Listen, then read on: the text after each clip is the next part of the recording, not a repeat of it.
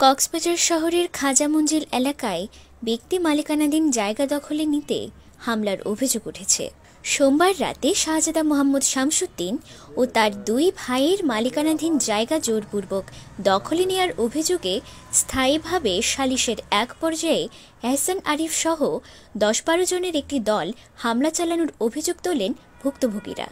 আবার এখানে আমার সাথে জায়গা আমি দেব না, তখন এটা নিয়ে সমাজের মধ্যে সমাজের মধ্যে এখন বৈঠক হয়েছে, বৈঠকের মধ্যে জায়গা বুঝাই দেবে, সমাজের মধ্যে গন্ডগোল হয়েছে। তখন তারা দলবদ্ধ ভাবে, আমি তো আলামিন একাডেমির পরিচালক, এখন আমি ওই স্কুল অফিসে বৈঠক হয়েছে, বৈঠকের মধ্যে তারা দলবল দিয়ে আমার বাইরের চাকরিতে মারধর করা, এখন আমারে আবার আক্রমণ করছে আমার প্রতিষ্ঠানে ভাই হিসাবে। আমি কোনো হিসাবে ওইটা গেছি আমি মধ্যস্থতা করার সমাধান করার জন্য।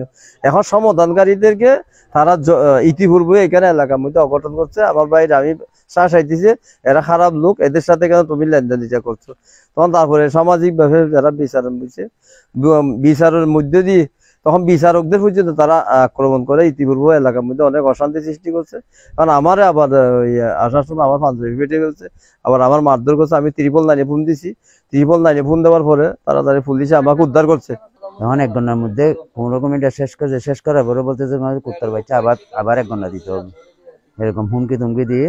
তখন আবার আমি এলাকার মহল্লার মধ্যে সমাজকে বিচার দিয়েছি, বিচারের মধ্যে বসার অবস্থার মধ্যে আবার আমার উপরে, আমার আত্মীয় স্বজনের উপরে মানে মারধর, হুমকি, দাঁড়াড়ি এগুলো নিয়ে মারামারি করছে। কালকে প্রশাসনকে সুষ্ঠু বিচার চাবো।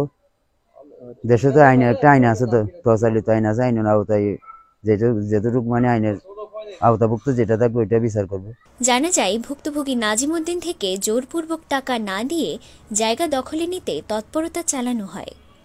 এই ঘটনায় জায়গার মালিক নাজিমুদ্দিন ও তার দুই ভাই স্থানীয় সমাজ কমিটিতে লিখিত অভিযোগের ভিত্তিতে সালিশি বৈঠকে বসে সমাজের গণ্যমান্য ব্যক্তিবর্গ। বৈঠক চলাকালীন সময় এহসান ও আরিফের নেতৃত্বে 10-15 জনের একটি দল হামলা চালায়।